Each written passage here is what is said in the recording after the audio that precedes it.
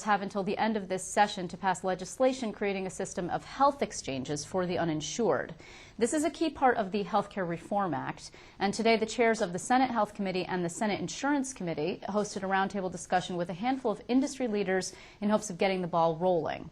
Senator Hannon is joining me in the studio tonight to talk more of what came from today's meeting. Senator, it's great to see you. Thanks for having us. And you chair the Health Committee, yes, of course. So you were in charge of this little shindig. Well, no, co-chair with Senator Jim Seward, who does the Insurance Committee. Okay. What we do know, because from talking to some folks about this, is that it is an incredibly difficult issue. It's very complicated.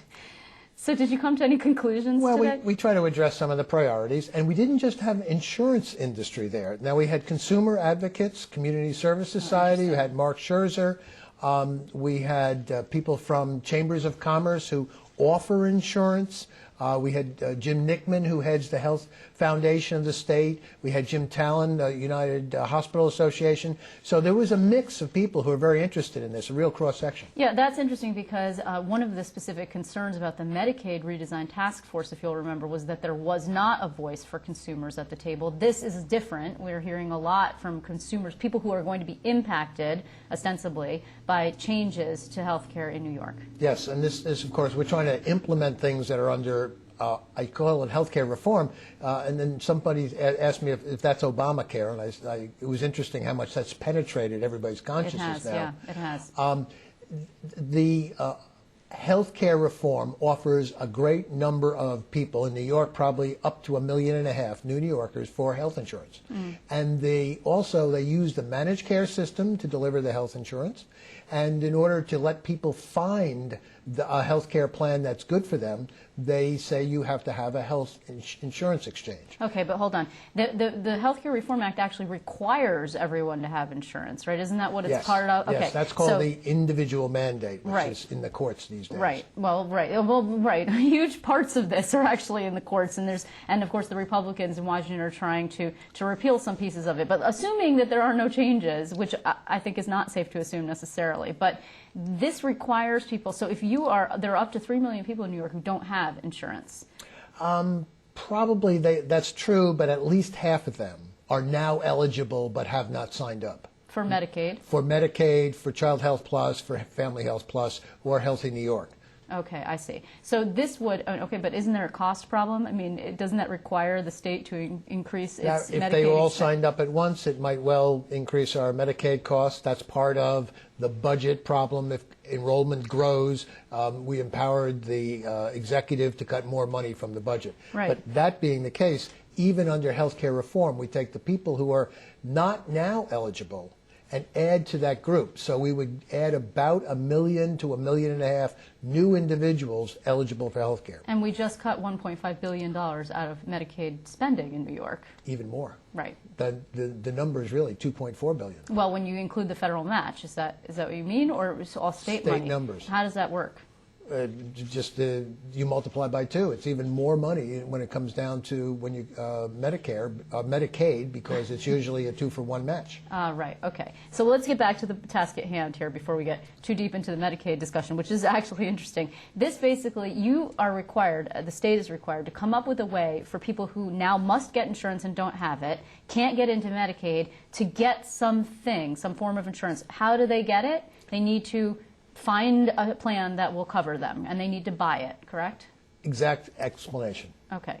So the idea is you can do it any one of a number of ways. So did you come up with something? For example, would the state run this so-called exchange? Would there be a public corporation that runs this so-called exchange? Well, many of the people were saying we should have a public benefit corporation because it's a simpler thing to do to implement a new entity. Right. Or the difficulty is we've had a lot of public benefit corporations, so much so that twice we've had to pass a Public Benefit Corporation Reform Act.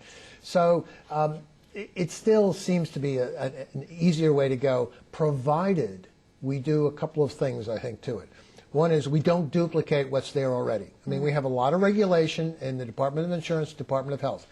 Leave that regulatory body there instead of having a new regulatory body. That just ups the cost. And second, there's going to be a lot of public policy decisions that have to be made as to what shall be part of the offering in the healthcare plan. Right. And so I don't want to leave a public benefit corporation making policy decisions. I'd rather leave it with the legislature and the governor.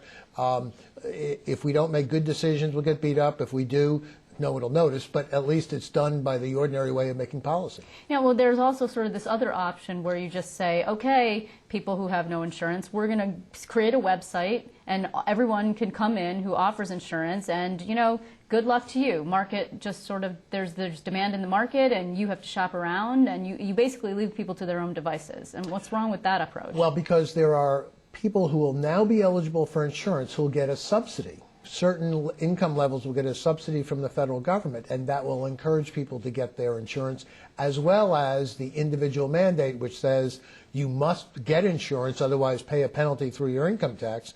And that new group is going to all be coming on the market all at once. So the exchange was the vehicle that the framers of this federal health care reform chose to deliver the new policies. And this isn't about whether or not you think that the Federal Health Care Reform Act was actually a good idea or a bad idea. This is about getting federal dollars. In other words, if you don't create an exchange in New York, or any state doesn't create an exchange, you're not able to access millions of dollars worth of federal money. Federal dollars, and the Health Care Reform Act says the federal government will do the exchange for your residents. So if you want to have a say in how you do your market, we're going to have to create our own.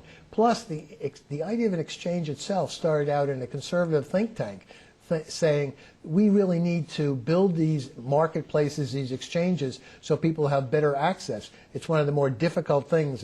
It's even more difficult than buying a new TV or something like that, to find a health care plan that fits you. Right. Well, it's a life or death situation. Your TV is not exactly life or death, although I am on TV, so it's very important, but not life or death.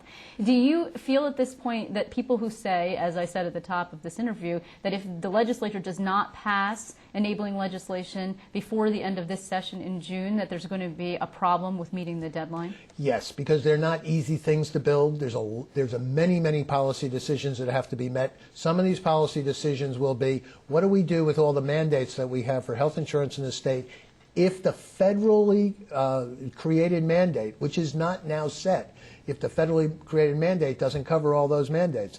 And I expect sometime in the fall the feds will come out with what they believe is the basic mandate package, and then we'll have to take a look at all the policy decisions that are attendant to that. So what's next then? Because it sounds like you're sort of inching along towards decisions, but you have to have a bill and it has to pass before June 15th, which is when the end of the session is. We need to draft a bill. I think Senator Seward and I are going to sit down at our desks and try to draft something and put together some of the wisdom we garnered today.